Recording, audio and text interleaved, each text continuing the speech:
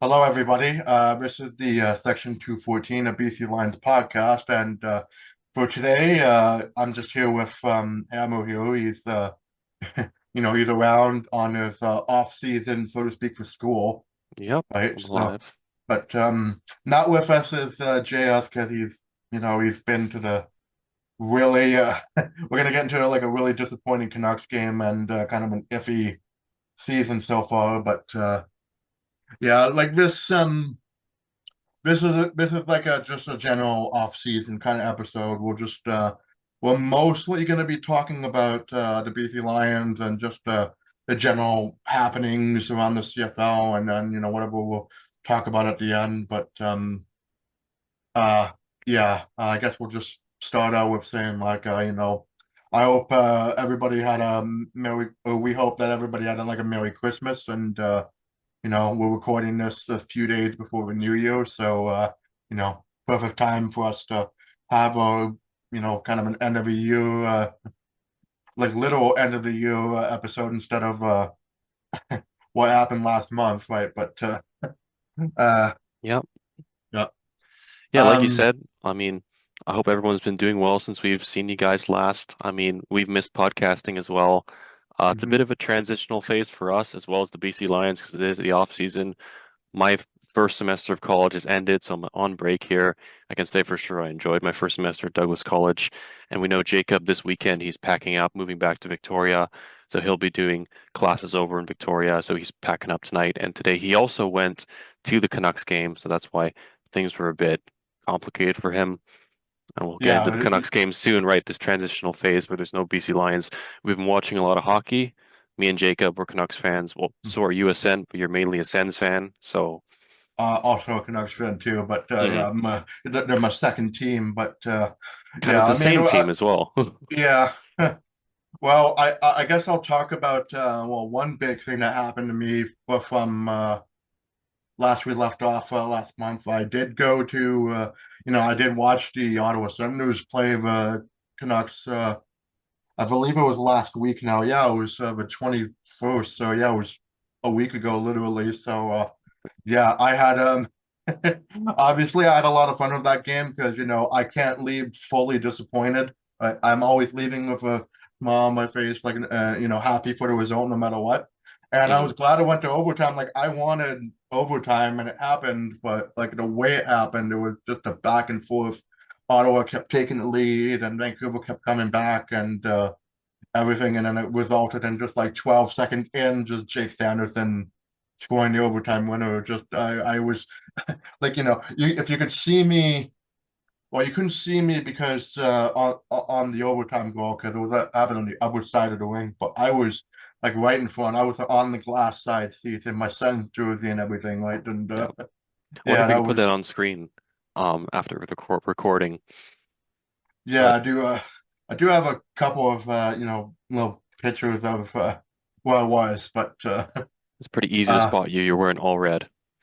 yeah, but this time, I mean, I'm wearing, lion stuff because, and with the new sweater I got for Christmas this year, and then I'm wearing my last Christmas's too. So, yeah, I'm all, Hmm. I got properly logoed instead of just having the word mark stuff on me for most of last season. It's just, yeah, I'm prepared for next autumn, right? So, I like it. Like throughout the um, podcasting season, I was adding stuff to my background.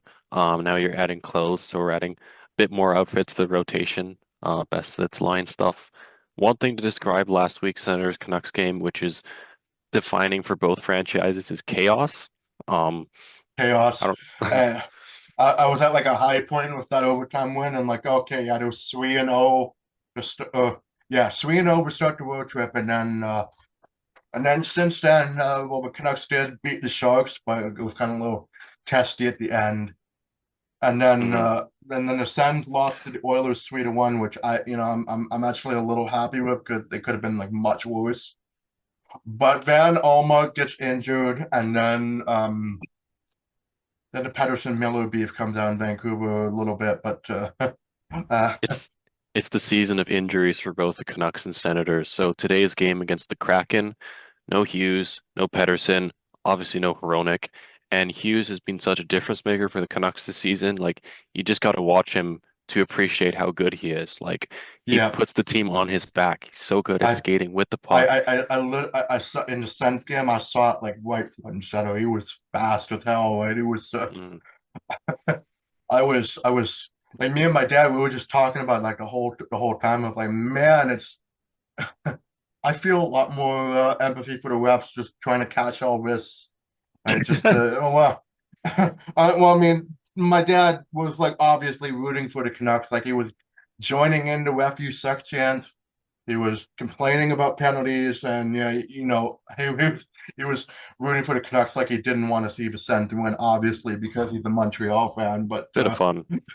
that yeah, it's just a lot of fun that game, and then yeah, everything else happened after that. That was like just again, like you said, it's emblematic of how our seasons, my at least my team seasons are going, and for hockey, and Almark being injured too, and I'm just like, okay, when what?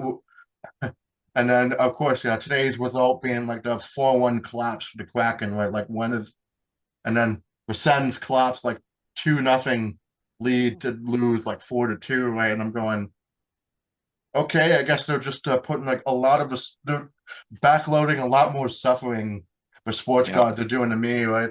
At least, Which yeah. one do So we talk about first? The Canucks or Sens one? Because I feel like the Canucks one in particular reminded us a lot about that Hamilton loss, the collapse. yes, yeah, we talked about this before the recording too, and it was like, yeah, and I mean, I was resting doing, well, actually, no, I rested a little bit, and then in the first and second period, I was eating at McDonald's. I couldn't watch the game, but like I Yeah, got my, I also had McDonald's for lunch. okay, good, good, Well, that's funny. great minds think alike. So, Hmm. uh, yeah, again, I took advantage of that, that $4 free fries and a drink thing, right? It's Me just, too. Yeah, good. I'm glad um, they do that. so yeah, I got home from McDonald's, I slept for a bit, and then I woke up and I looked at it with like 4-1 Canucks, and then I Yeah. watched the lead like evaporate completely, and then they lose in overtime. And I'm going, I had like a Joker moment, like this is Yeah. I'll try and summarize the game in 30 seconds. So, no Hughes, no Pedersen, no Hronik. The defense was pretty much unwatchable. No puck movement. Um, Canucks scored first, and then the Kraken tied the game. Demko did Luongo, like puck went right past his glove. Canucks scored 3 goals, and they were up 4-1 with 5 minutes left. 5 minutes left. There was a bank shot from behind the net, hit Demko on back of his helmet, went in. That was super unlucky. And then uh, brutal giveaway to make it 4-3 with 1 minute left. 20 seconds later, Kraken tie it. Another just sloppy defense. And it was showing how much we missed Hughes in that moment. And, yeah. you And then know, Vancouver almost won it in overtime, like with I think with Myers and Garland on the ice for that. I think it yeah, was the yeah chaos they all draft. yeah they almost scored, and then yeah just Kraken come back and just go on the breakaway. And I'm Gave like, him, oh boy. Like, if I had a hat to throw on the ground in disgust, I would have done that. But I was yeah, in my bed watching that, and even from there, I was like, I was, are you kidding me, man? Right? yeah. It, And of course, it didn't end with the Canucks, and then the Sens. So it just, I watched it when it was, you know, it, they took a 2-0. They went up for 2-0, and then they collapsed. Just well, Winnipeg tied it at 2, and I stopped watching it the second period, right? But then yeah, then I looked at the score, and then oh yeah, 2 more goals in the third. That tracks. That's yeah, you're just like, of um course. yeah. Again, I've had like I've only had enough room in my day for one collapse. I cannot do two, right? I Thanks. cannot witness two. Um, yeah. I mean, The call thing, me a bad fan about that, but I'm like, I have much better things to do with my time. But mhm. uh, Well, that's how you feel after you watch a loss like this. You know, a 1 p.m. game, really rare. but I kind of planned Yeah. my day around it. Like stay home, watch the game, and we're about to win 4-1. You're like, oh, that's a confidence booster since Hughes and Pedersen are out. Nope. Like blow it like that. So Yeah, it was tough. I was pretty much, when I started watching that 4-1 clock, it was the anti-magic for me because there's a little bit of a, thing where anytime I come into a game, then the Canucks start to come back. And this was when the Canucks Discord was doing the imaginary game day. There was a guy that was streaming Shell 20. It Oh, was the lockdown days. yeah, the lockdown day. They were simulating, the playoffs, and the Canucks beat the Leafs in Game 7 in overtime for the first one, and then and then they went on a run again. They lost the Rangers, but yeah, that whole run to win the Stanley Cup over Toronto, that was like this the stuff my dreams are made of, right? My dreams are made of, right? Because I wasn't alive to see Vancouver beat Toronto in the playoffs in '94, right? I wish I was. I Hmm. only missed the mark by a year, but yeah. Um. Anyways, yeah, that's gonna be it for hockey talk at least for this time, and we'll keep talking about it, for our next episode in February on the 14th, which is 2/14, Uh-huh. right? Valentine's Day 2/14. A magical love in the air. Yeah, we'll I look forward to that see. one. Yeah, we'll see what else will transpire for the Canucks, and of Right. course and of course this team too, right? Because there was there was a few moves made, certainly major moves made in the past month since the Grey Cup was hoisted, right? Yeah, a By lot the of QB Argos. moves. A lot of QB moves, mostly in the Mostly. West. We'll get to that too, but we'll just stick with the Lions for a little bit here. Obviously, and I'm gonna go for chronological order too, like as it was. We talked about it in our group chat, but Yep. um, yeah, the first move that didn't shock me at all was we traded Vernon Adams, right? But it was to Calgary, and Oh, yeah. I uh I mean my immediate reaction to that was I really hope this doesn't come back to bite us and he like starts to beat us on in red and white, right? Uh, Mhm. I always get worried about that, right? Like a former teammate just going off on us and just destroying our defense or something, right? Just it's happened with Yeah. Bombers players like Andrew Harris mostly too, right? But yeah, this is a little more concerning. I mean, well, the one saving grace I think is that Calgary hasn't changed their coaching staff much, right? Dave Dickinson's still a bad coach, and I think he's probably a little. I thought he was going to get fired this year, but no, he's still on there. As far as the Wikipedia article says, Yep. last updated, right? But yeah, it was, we traded him for, a few second round pick in this year's draft, and then a couple for the years after, so the 2 years after, right? Yep. Ninth overall So this year. ninth overall, and yeah, I'm definitely going to be I think we'll pay attention to the CFL draft more than we thought we would. Hmm. But normally I just let it slip by, right? But I think this time around we're just going to be gunning on it and just seeing what our draft, what the drafted players are going to be like, right? And Yeah. um, No, my instant reaction to the trade, like I knew it was coming. We knew it was coming. He knew it was coming, and I was still sad about it. Seeing the coming days throughout mhm. the trade, him already wearing Calgary gear, and he's already gotten used to life over there. Saw him at a Flames game. It's just sad. I mean, he gave so much to the community over here, and even in his last games or last days here as a BC Lion, he was interacting with fans on Twitter, offering signatures to those who asked, and I'm gonna remember these years for Vernon Adams, and he had some very standout performances for us. So it's sad. I didn't really think of the return very much when that all went down, but I think it's going to have a lot of impact on the CFL offseason and our free agents in particular. I talked a lot throughout the season about how this was his offense, and key pieces to his offense was Justin McInnis, this year, William Stanback. They're free agents. They're key pieces to our team, so we'll see if they join him in Yeah, Calgary. yeah, we haven't Yeah, seen. I mean, all we've seen out of the Lions, obviously, the move so far is again they traded Vernon Adams.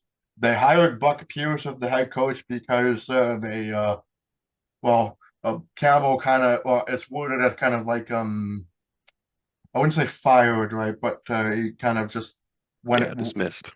dismissed, right, and yeah, he just dismissed. Yeah, I know, funny wording and everything, but yeah, it's just yeah. So well, Rick Campbell hasn't found a CFL job yet, but I Yep. imagine that'll change by the time we get to our next episode. But So yeah, Rick Campbell, we hired Buck Pierce as head coach, and instead of an integrated GM role, we have a separate coach. Yeah, the integrated coach and GM role that we have for Campbell, we have a separate roles now, like normal teams do. yep. Usually, um, Ryan McMaden. we can add in, yeah. I think he's been part of the BC Lions organization for 11 years. Started off as a scout. I forgot his roles in between, but he was promoted from within. He knows his stuff. But I like the Buck Pierce hire, and most of my knowledge comes from my dad, who watched him as a quarterback for the Lions in And the me 2000s. Yeah, you watched him. Um, as a kid, yeah. yeah, he's very Uh, well liked throughout the Lions, and he was a well-liked teammate, well-liked as a coach. He was the Winnipeg Blue Bombers offensive coordinator, if I'm not mistaken. yeah, quarterbacks So, coach, and then he upgraded to offensive coordinator for the last few years on the Bombers. So he had obviously a lot of success with the Bombers, right? And then we're hoping that that success translates to us because we desperately need it, hmm right? yeah, We only have like two Western Conference champions to show for our rise to a contender status, so to speak. I mean, yeah, it's although I say this with like the Buck Pierce hiring is definitely kind of a start of Winnipeg starting to bleed some talent, not just on the field, but just on the coaching topics, right? So yeah, yeah, yeah. I mean, it's kind of normal to get rid of offensive and defensive coordinators, like shuffle them around the league, yeah. right? But I think like Buck Pierce in particular is a huge get for the Lions, right? And we'll see what the free agents will hap. We'll see what happens with the free agents, but we're Yeah. not going to be doing any predictions yet. We're going to be saving that until our last off-season episode before June. Is it June yet, right? Yeah, is uh, it June yet? No, I mean, um, mostly quarterback moves, as I said. So February, hopefully more stuff happens. But Buck Pierce was sought after by many other teams in the CFL. So I think he's a good get. mhm. And at the moment, like, we have things to look towards. I want to reflect on Rick Campbell. I really like Rick Campbell and the BC Lions. Like, they're really open about what goes on in the locker room. Like, there's a lot of videos of his post-game talks, and he seems like a really good Yes. leader.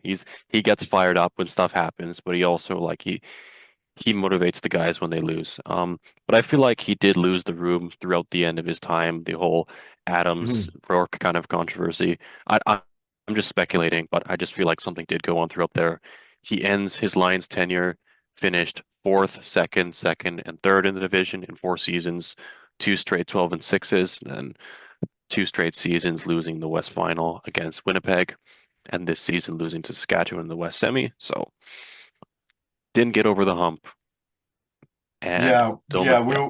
Yeah, yeah, last year was really like the overall the overall kind of motto we can get out of that season is just like a major disappointment, right? Like we were thinking like this team was gonna be like a like cream of the crop. We were gonna unseat the Bombers this time, right? And yeah, this didn't happen. I mean, we were just so close to like finally driving the nail in the coffin for them, but then the rest is history. But I you could do, not describe that season in one word. Like, just so much happened.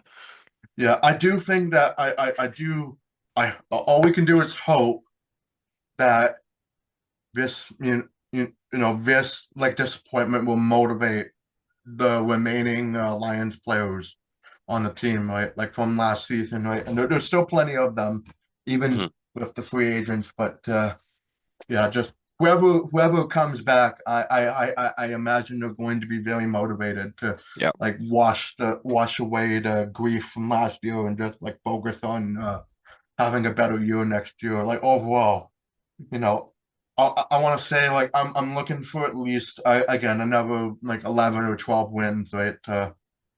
At least. Yes. Uh, that's a goal, just to really like to be taken seriously, right? Instead of like last year, it was just like we were DOA in the playoffs, pretty much, right? And I know how DOA teams feel for football. Look no further than the Eagles last year Hmm. too, right? So yeah, I know it when I see it, but yeah, I just hope that last year was really good for our podcast, but despite the season, and then next year we're hoping that the Lions season matches our potential, right? So Exactly. um, Yeah. I know, yeah, but before the season and also 6 weeks into the season, when we were 5-1, we realized how much potential the team had, how good the team could be, and then just how that went away. And also in our losses, we felt the team could be doing a lot better. It was a season of missed opportunities, what ifs, mm, and they need to realize it next season, pretty much. I think this is a yeah, good time to transition into who's coming back to the Lions, bit of the roster moves type of thing. So mhm. start off with Matthew Betts has signed a 2-year extension. I'm happy about because Hmm. I thought that I said this to you before recording as well. Like I do think like work with a full training camp, I think Betch can get back to being like a depoy, right? Defensive player of the year kind of candidate for the Lions again, right? Because but it was much the same struggled with making defensive impacts on the field, only really getting like what 3 or 4 sacks in his Right. short time back, right? After getting cut from Detroit. And then yeah, I do think with a full training camp, I think it'll be a lot better like work as well. And I'm happy to see that, ownership does have, matches, my faith in bets too, by, paying them right. Yeah. Uh, No, I agree with you. I mean that's pretty much my reaction. And as much as I was happy to see him rejoin the BC Lions, I was also sad to see him get cut from the Detroit Lions because I know how much potential he has. And I watched a lot of Dan Campbell interviews. Like whenever his name was yeah. mentioned, I would listen. And Dan Campbell spoke really highly of him, so I was a bit disappointed to see him get And cut. But especially now, but they have all the defensive injuries, like they are kicking themselves now, hmm probably for just letting him go. Like that, I think they might have needed someone of his caliber, right? Because like, yeah, they're paying he the price, just also. unfortunately, or fortunately, because I'm a Packers fan. But yeah, um, so yeah, I there was want to say bets, and then one more thing. We didn't put this in our script. We didn't even mention this throughout today, but this morning the BC Lions announced that Patrice Rene has signed for 2 more years, another okay, defensive that's good. back. So another part of the defense is returning. I'll leave it to you, Tahima. Oh yeah, I put in a note that Tahama was also suspended for the first 2 games of next year for using an illegal substance. I mean, God damn it.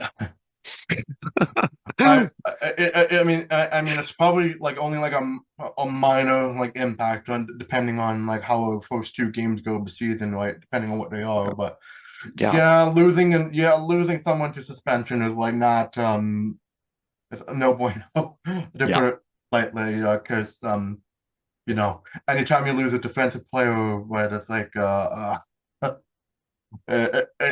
although it's only for 2 games, right? I mean, but yeah, it's just remains to be seen if it's minorly affecting the first 2 games, and then yeah, and then the thing that happened, I believe it was was it 2 days ago or 3 days ago? This was on Christmas. it was our This concern. this was a Christmas thing because you know Terry Yeah, Williams has been the bane of our existence in terms of appreciating the special teams that goes yeah, into a football team. yeah. Uh, We mentioned yeah, him like specifically on every episode, I'm pretty sure. nearly every episode, like it was always it's getting no yards, and I was always saying like I was surprised. I wasn't even surprised I didn't coin the no yards motion for him, like because that is not that's a very cheap way. It's a very cheap way to get special team success. Really, Yeah, you know, we want to be feared like Brandon Banks and Janarian Grant and Grant. New and Grant in Toronto, and then we want to have like that extra layer of offensive threat that will help the team win, more games and more convincingly, or win tight games as well. Like be the difference maker. And Terry Williams was just not that. And Yeah, I we mean, say that. I mean, like we're. I mean, it sucks that he got cut out of a job, and I mean he was like really struggling on this team, and maybe yeah, like a change of scenery would be needed for him, like because he was not good. And you posted tweets from Lions fans on Twitter that was yeah. kind I'll of against our opinion, right? I'll read And that out. especially today, yeah, read it Yeah, out. so BC Lions Den, also Young Judd. So two good Lions accounts we normally see on Twitter. So Lions Den said, when it came to the return game, Williams was reliable, capable, but not feared. Would love to see the Lions get a bona fide every kick threat. Young Judd said, as long as the next guy never fumbles, because that was my favorite thing about Williams. And I mean, that is true. Williams Yeah. did never fumble, but you know, that's Also, something I never thought of. never had a return touchdown, right? Never Which had a return like more than 10 yards per game, more than 5 yards. well, no, there was that one time in the Pacific. Well, there was touchdown Pacific. He almost got a touchdown, and he got caught from behind, and I was going nuts. I was like, "Oh, what's happening? Oh no!" Wait, Yeah, that yeah, would I have was. been, I don't know, like just, I'm That would almost have been the struggling to put ultra together my Moai thoughts. moment. Yeah. But I'm just Uh. struggling to put together my thoughts about him right now because we said so many things and we could point to so many, like to avoid us rambling for 15 minutes, like the no yards penalty. We could point to so many games where he has just done nothing on the run. Like he would catch the ball, take 3 steps, get tackled, and we would just pray for a no yards penalty. Be like, okay, we need to get good field Mhm. position. He doesn't help us do that. Like, sure, he never fumbled the ball, but he never did anything with it either. So I don't know. I'm good to have that go past us. I know he was something we never really said, but he is well liked in the locker room, but something we need to move on as a team. Yeah, just when it comes to just having a special teams dynamic that we need to have that back. He just wasn't it, unfortunately. So Yeah. yeah. Um. So yeah, that's really like all the Lions moves we got so far, unless like something happened during our recording, but I doubt it. We're just getting ready for 2025 to come through, but Yeah. yeah, and then I've renewed my contract as a season ticket holder, so that's one yeah. roster move's been done. You'll see me in section 213 because there were no spots in 214, but Oh that'll man, I I'll try to go to at least another game or mhm. two next year because yeah, last year I thought I was just going to be going to the one, and I ended up going to the Grey Cup too. So that yeah. Yeah, Um. man. Special. Anyways, yeah, we'll go into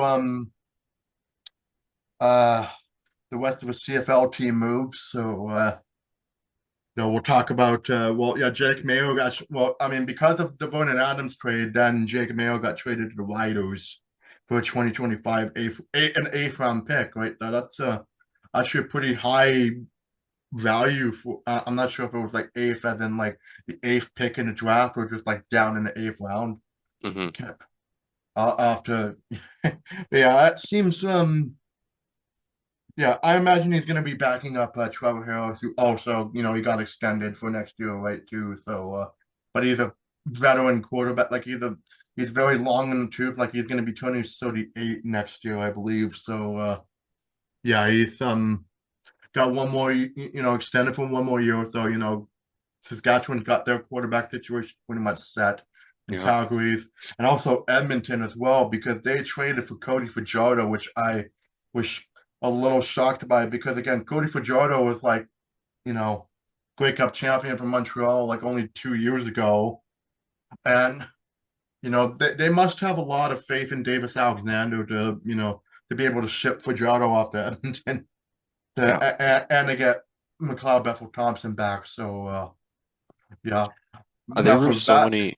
so many QB moves that I had to like write it down for myself for the episodes so I don't get them all mixed up. Like I was reading the notes and I'm like, oh my God, I gotta see this correctly. Um, the Riders, that's good stability for them. You know, Trevor Harris got injured last year, and I don't know what his injury history is, but it's always good to have security at quarterback. We've talked about, He had leg injuries a bunch, right? yeah, we've Uh, always talked about Jake Mayer being a really mid quarterback, and he had a very bad 2023 season. Kind of like you can say bounced back, but 2024 he was just mid, and the hmm. Stampeders finished 5-12-1. So he's a serviceable backup for them if Trevor Harris is going to be their guy. Um, oh, Now, when the it comes to us, questionable. our quarterback situation will be it's all in on work, and Mhm. Bryce is our backup. Like Bryce has gotten in like garbage time snaps and blowout losses or just stuff like that, right? But we don't know our. I mean, we know like we're all in on work, right? But Mhm. some teams are more suited to to have backup quarterbacks, and if work goes down, we'll be like, oh no, Yeah, because right. we saw what happened when Adams got injured last year for us, and then we went to Dollar Gala. I It felt like we were losing those games. Yeah, and yeah, like The, we're yeah, our quarterbacking is a little bit more precarious than others, but I hope that we'll be in good hands at least for the yeah. rest for the whole season, but we'll The see. reason the reason I just stuttered is I was trying to decide whether I was going to talk about Edmonton or Montreal because those two just made a trade and those two have equally interesting QB rooms. So Edmonton has Trey Ford and Cody Fajardo, and then Hmm. Montreal has Davis Alexander and McLeod Bethel Thompson. Um, so let's start with Edmonton acquiring Cody Fajardo. And what we've been saying all along, I think all of CFL fans have been saying, start Trey Ford. Like he's got so much potential. And they signed him to a contract extension this offseason. I think that was before the Fajardo trade. So got us all thinking, oh, Ford's going to be the starter. Um, but yeah, what the hell's going on here? I mean, I'm a little confused about Edmonton right now. Yeah, I don't know. Maybe Fajardo would be like the ultimate insurance policy. Like again, recent Hmm. Wake Up champion and everything, and but then again, McLeod Bethel Thompson was also a recent Grey Cup champion with Toronto. He wasn't very good. He was also like one of those mid-tier quarterbacks along with Mayo, right?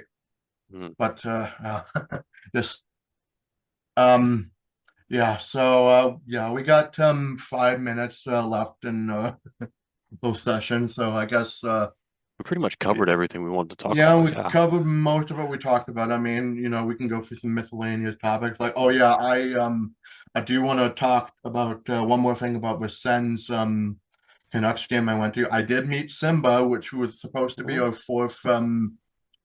our fourth podcast member last year, but due to personal reasons and stuff, he just couldn't be joining us. And no, no, I was glad to see him again. And uh, Simba, if you're watching us uh, today, we would be happy to have you again. Right? Uh, but yeah, it was nice to see him again. Right? Yeah. Uh, No, I mean, apart from the podcast, Simba's one of my closest friends in life. So, we all hope he's doing all right. I know, I know I'm always yeah, talking to him, but you guys, yeah. I yeah. don't know Oh, what else for yeah. me to say. I'm just Uh, looking through my camera roll here trying to pick something out. But it's been a fun yeah. Christmas season for me. I've been looking for the reindeer buses and stuff. If Oh, you I, wanted to, I, I couldn't find any for well the one time I visited Vancouver, right? That was yeah, 2 weeks ago now. So it Mhm. was yeah, I was just basically running around in Chinatown and stuff like that, right? Just Christmas shopping. Christmas shopping a little bit, yeah. Yeah, Um, I love the season. I always loved it. Doesn't get Hmm. any different when you're older, just going around seeing the Christmas lights and everything, the way downtown is alive. It's so cool. Yeah, and yeah, I mean it's a tradition for me to go, to Vancouver just every uh Christmas shopping season time. I just visit the at least visit the Sun Yat Dr. Sun Yat Sen classical garden in Chinatown. That's always Hmm. a nice tranquil place to be after a hectic time, right? Yeah, I was there a week Um ago. It's really nice. I would oh recommend it. There's a part of it that is I didn't realize it's open to the public. So some of it is ticketed and some of it is just public space. So that's just a really cool public spot. yeah, I mean I had to go through a store just to visit it, but it was no big deal with yeah, it's pretty nice and tranquil. So yeah, I mean guess other than that, we'll have to wrap this up. Yeah, so yeah, no jazz today, but you should be around for our next episode, and hopefully have a lot more, Lions news to cover, and certainly CFL free agency, Yeah.